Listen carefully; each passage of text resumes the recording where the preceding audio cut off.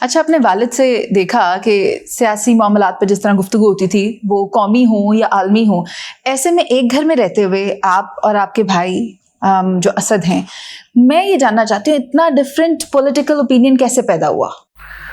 اصل میں وہ بھی میرا خیال ہے ہمارے والد صاحب کی ہی ٹریننگ تھی کہ ڈفرینس آف اوپینین ایکسپریس کرنے کا سب کو موقع تھا. یہ نہیں کہ جی یہ ہے مجھے پسند ہے پیپلز پارٹی تو آپ سب اسی کو فالو کریں.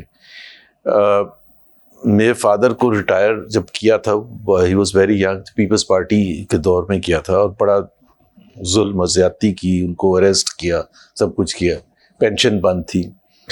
اس کے باوجود لیٹر ایئرز میں ہم بڑے آرام سے پیپلز پارٹی کی تعریف کرتے تھے جب تعریف، اور بڑے کھل کے تعریف کرتے تھے اور ان کو کوئی ایشو نہیں ہوتا تھا. ان کی بڑی اچھی پھر انفیکٹ بعد میں بے نظیر کے ساتھ ریلیشن شپ بھی ان کی تھی اور تعریف بھی کرتے تھے. تو دیٹ از وائی ایک ہوتا ہے نا کہ آپ کو اگر اس لیول آف میچورٹی میں آپ آ جائیں جس میں آپ ہر چیز کو اپنے حساب سے دیکھیں، اور ہر ایک کی تھنکنگ ڈفرینٹ ہوتی ہے. جب آپ پولیٹیکل پارٹی میں جاتے ہیں تو آپ فنڈامنٹل جو ہوتے ہیں، جس طرح 3-4 پاکستان کے کور ایشوز ہیں جس کو آپ ہر کنٹری کے اپنے ہوتے ہیں کہ معیشت کیسی ہوگی، privatisation, anti privatisation, foreign policy, خطے میں امن کے لیے آپ کس حد تک جانے کے لیے تیار ہیں کہ انڈیا کے ساتھ ریلیشنز اچھے کرنے، برے کرنے گلوبل لیول پر. اسی طرح سے سول ملٹری ایک ریلیشنز جو ہیں وہ امبیلنس تو ہے نا، وہ تو سب ایگری کرتے ہیں، 4 دفعہ ملٹری انٹرونشن ہوئی ہے. سو وہ اٹس اے کور ایشو کہ جی کس قسم کی ریلیشن شپ ہونی چاہیے، فیصلہ سازی کس کا اختیار ہونا چاہیے، سونے سے. تو اس میں جو ہے ہر ایک کا اپنا اوپینین ہوتا ہے، اور مختلف پولیٹیکل پارٹیز میں کئی دفعہ تو ایک میجر ڈفرینس ہوتا ہے اور کئی دفعہ بڑا مائنر ڈفرینس ہوتا ہے. وہ سمجھنے اور دیکھنے کی ضرورت ہوتی ہے، محسوس کرنے کی ضرورت ہوتی ہے.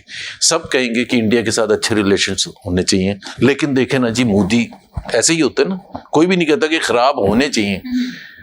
تو اب کوشچن یہ ہوتا ہے کہ وہ تو مودی تو خراب ہے، لیکن آپ کس حد تک جانے کے لیے تیار ہیں. میرا اوپینین ہو سکتا ہے کہ جی آپ کو ہر چیز کرنی چاہیے، ایفرٹ کرنی چاہیے to improve relations with your neighbours, because for me جب تک آپ خطے میں امن نہیں ہوگا، ٹریڈ نہیں ہوگا، اور دیٹ از اس کا مطلب یہ ہے کہ آپ کے لیے اکنامک ترقی کرنا ایک پائپ ڈریم ہی رہے گا. جتنے ملک ترقی، کوئی ملک ایسا نہیں ہے جس نے ترقی کی ہے without doing trade with its neighbors. صحیح. لیکن اگر پاکستان کے بارڈرز دیکھیں تو بہت ہاسٹائل ہیں، بی دیٹ ود انڈیا اور be that with Afghanistan. Iran کی بھی آپ دیکھیں تشنگی جاری ہے امریکہ کے ساتھ، اور ایک پوری انسٹیبل سی صورت عالم دیکھتے ہیں. although I perceive it کہ یہ بلوچستان کو ڈسٹرب کرنے کی کوشش کی جا رہی ہے because Pakistan will be the hub in coming future. لیکن آپ نے اپنے ابو کا ذکر کیا ہے، میں ایگری نہیں کرتا پائے اس انالیسس سے، بالکل بھی نہیں. چلیں let us discuss it first. بتائیے کہاں ہے this exactly what I was saying. اب میں آپ کو ایگزامپل دیتا ہوں. جب میں نے P M L N join کی، نواز شریف کا تھنکنگ بالکل ڈفرینٹ تھی. دونوں کنٹریز نیوکلیر ڈیٹونیشن کیا مئی 1998 میں. دونوں کنٹریز جس میں 3 جنگیں ہو چکی تھیں، اب نیوکلیر بھی ہو گئے. کتنا ایک خطہ کتنا زیادہ چیلنجنگ ہو گیا. Nawaz Sharif took the initiative back door پہ ڈائریکٹلی فورن سیکرٹری کے لیول پر، ایمبیسڈر کے لیول پر. اور واجپئی پلیز انڈرسٹینڈ وہ بی جے پی کے پرائم منسٹر تھے، کانگریس کے نہیں تھے. ان کو بلایا لاہور یاترا پر، امن آشا پر، ٹھیک ہے نا، پیس ایکارڈ سائن کیا لاہور، اور وہ کیا مینار پاکستان وچ از اے سمبل آف پاکستان، وہاں لے کے گئے. واجپئی صاحب نے یہ کہا کہ ہم دل کی گہرائیوں سے پاکستان کے وجود کو تسلیم کرتے. ٹھیک ہے. اب یہ پروسیس آگے چلنا تھا نا. جو مہذب قومیں ہوتی نا وہ پورے ایشو کو ساتھ دیکھتی ہیں، اور وہ دیکھتی ہیں کہ یہ ناراض ہیں کیوں. ایک لڑکا جو کالج میں پڑھتا تھا اس نے بندوق کیوں اٹھائی ہے، ایک کوشچن ہوتا ہے. ہی از ڈپرائیوڈ آف امپلائمنٹ. جب اس کے پھر پروپیگنڈا کرنے والے ہوتے ہیں اس کو غلط طریقے پر لگا سکتے ہیں کہ یار یہاں کاپر اور گولڈ کے اتنے ریزروز ہیں کہ دنیا میں کم جگہ ہیں. مگر وہاں پر امپلائمنٹس کہاں سے ہو رہی ہیں؟ کراچی سے لوگ لے جا کر وہاں پر بھرتی کیے جا رہے ہیں. اچھا تو ساری چیزیں ہیں نا. انسرٹنٹی ابھی بھی ہے سر، ٹیررزم ابھی بھی ہے. تو ٹیررزم کو آپ پہلے جو لوگوں کے حقوق ہیں ان کو تو پرووائڈ کریں نا. اگر آپ گجرانوالہ میں یہ کرنا شروع کر دیں نا کہ گجرانوالہ کے لوگوں کو لاہور کے لوگوں کے ساتھ کریں.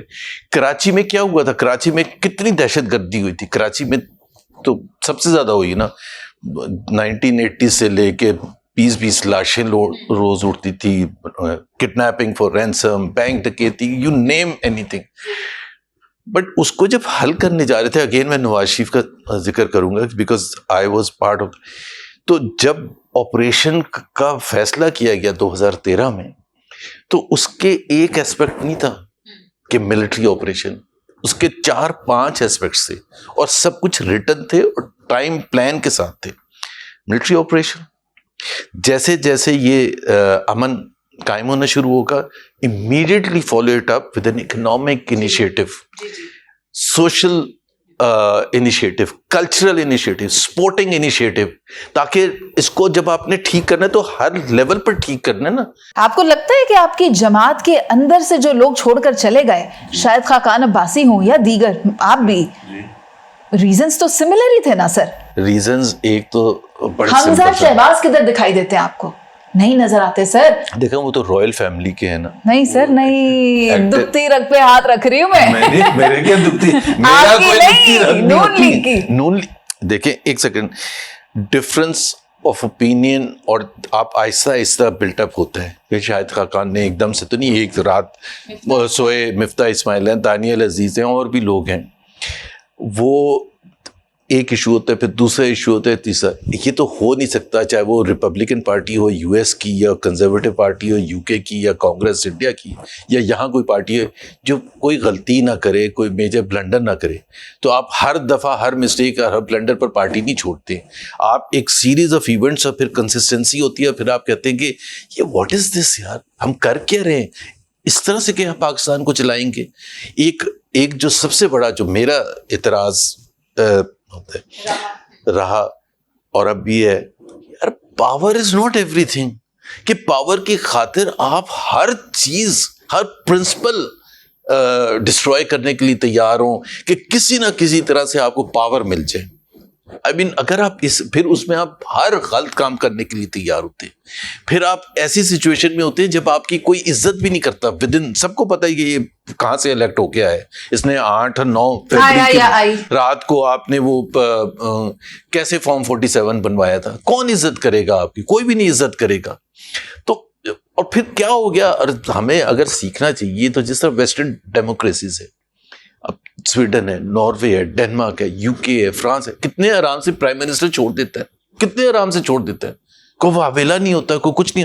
بیکاز ایک تو وہ چھوڑ کے اس کو یہ نہیں ہوتا کہ جو اتنی زیادہ شاہانہ زندگی تھی ایز اے رائل اور ایز اے کنگ, وہ چلی جائے گی. بہتر آپشن حمزہ شہباز تھے یا علی ڈار؟ علی ڈار کا تو کوئی سینس تھا ہی نہیں. حمزہ شہباز ایٹ لیسٹ 25 سال سے 2002 میں پہلی دفعہ سیاست میں آئے تھے, جب ساری فیملی ایگزائل میں تھی, تو Hamza was the only one who was here, اور انہوں نے بزنس بھی سنبھالا اور پھر پارٹی کو بھی بہت کنٹریبیوٹ کیا. اور جو میں ان کو جانتا ہوں وہ الیکٹورل پالیٹکس کے حوالے سے he is a champion, he was a champion. جب تک ان کو سائڈ لائن اس لیے کیا گیا کہ مریم نواز کا اور ان کا اوبویسلی کلیش تھا کہ کون بنے گا چیف منسٹر. اب اس وجہ سے کلیش ہے کہ جب مریم نواز نے پرائم منسٹر بننا ہے تو پھر پنجاب کا چیف منسٹر کس کو بننا ہے, اس لیے علی ڈار کو پروموٹ کر رہے ہیں. علی ڈار کی کیا credential? That's the secret behind. جی that's the secret. سیکرٹ کیا, اوپن سیکرٹ. تو پھر والد محترم کی رائے کیا ہے اس پر؟ کن کے والد؟ شہباز شریف. شہباز شریف کی. شہباز شریف پریشان ہوں گے کہ جی جب میں پرائم منسٹر بھی نہیں رہوں گا اور میرا بیٹا اگر چیف منسٹر بھی نہیں بنے گا تو پھر ہمارا کیا بنے گا. کیونکہ ظاہر ہے جب بچے ہو جاتے ہیں نا, لیکن شہباز شریف سب سے ان کی جو پازیٹیو بات ہے وہ اپنے بھائی کے ساتھ جس طرح سے انہوں نے کمٹمنٹ رکھی ہے, ڈسپائٹ دا فیکٹ کہ ان کی پالیٹکس میں کبھی بھی اس قسم کی ایگریشن نہیں تھی جو نواز شریف کی تھی, یا اینٹی اسٹیبلشمنٹ پالیٹکس کبھی بھی نہیں انہوں نے سوچا یا کرنے کی کوشش کی. لیکن پھر بھی انہوں نے سپورٹ کیا اور قربانی بھی دی نواز شریف کے لیے. لیکن جب بچے ہو جاتے ہیں تو پھر ان کی تھنکنگ ڈفرینٹ ہوتی ہے. تو اب ظاہر سی بات ہے, سلیمان ہیں جو حمزہ سے چھوٹے ہیں, وہ